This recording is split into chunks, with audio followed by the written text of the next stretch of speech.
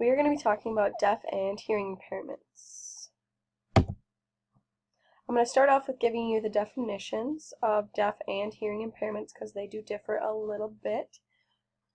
According to Individuals with Disabilities Education Act, deafness is a hearing impairment that is so severe that the child is impaired in processing linguistic information through hearing with or without amplification that adversely affects his or her educational performance. I'm going to read straight from the book so I don't mess it up, but what I took away from it before I read it is we're not using person first terminology like we're used to. So here I go. The term deaf with a capital D is used by deaf people who take pride in their specific language and culture. We say deaf person with a capital D still, because the individual sees deafness as a defining part of who they are, opposed to deaf with a lowercase d, that literally means that the person has a disability of deafness.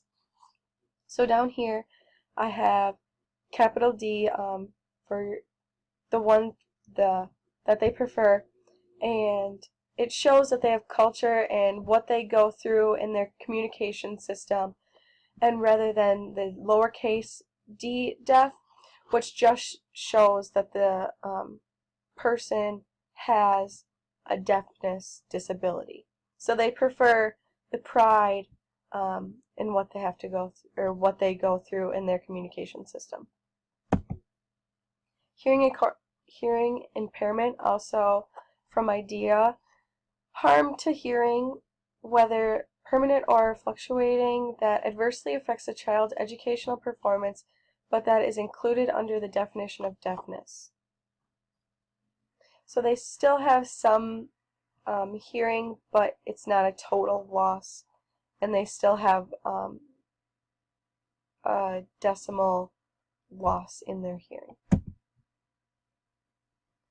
While reading in the book, I read about the minorities in students in hearing with impairments and how that our educational program isn't,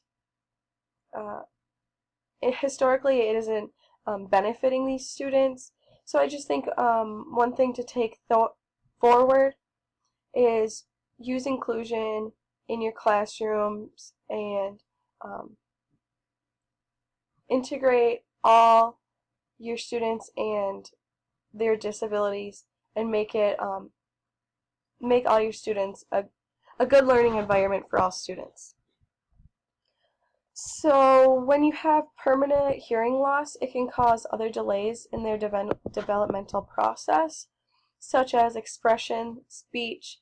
A lot of one video I'll show in class is about a child who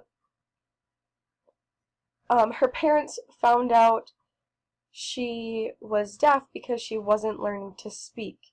So she wasn't learning to speak because she couldn't hear anybody. So there's a delay there.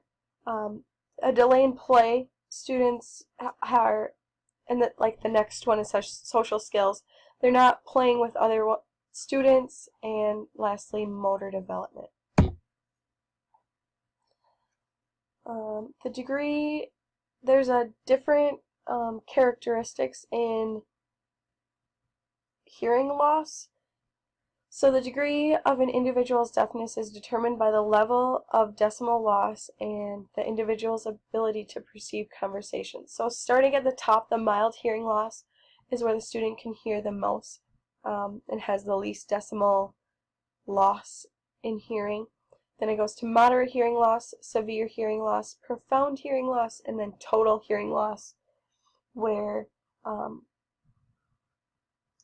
they are not able to hear with any type of hearing device or aid, any kind of amplification. Alrighty, moving on. There are two categories of hearing loss. So there's prelingually and then postlingually. Prelingually is a student that is very young at age or is born with a hearing loss or deafness, this is when they have not learned to read or acquire speech or language skills before their hearing loss occurred. So postlingually would be in a little bit of an older individual, and they have learned to acquire speech language skills before they lost their hearing. So someone who had a traumatic injury to their nerves in their ear, or a loud traumatic sound going off, say a war vet with a bomb going off, they would have a postlingual or lingually, they would be in the postlingually category. So most children learn to read through hearing. Our students with deafness, they will not be able to learn that way, so I think it's just important to take into consideration the time and the effort that it would take these students to learn to read. And it's just one thing I read that was students with hearing impairments have a lower reading ability than students that are hearing. And also something I found in the book was use your peer, or like the students' peers, to help them get their attention, bring them back to the learning or the home base or the mat. Just get their attention rather than directing the whole class's attention to that student. Just use a peer or a peer student to help the student that has the hearing loss. Then we also want to use an outcome product-based learning strategy rather than the process, as they may not be able to learn the same as students of hearing. So here is the sign language for yes. You just it shows you can either shake your head up and down or shake your fist up and down. It's good to know survival signs for your students with a hearing impairment. It just helps communicate and give instruction in your classroom, creates a better learning environment. It also would be good to know some PE or some physical education signs like run, walk, hop, jump. This would be more essential for students in elementary school when they're learning the locomotor skills or manipulative skills like hit or strike.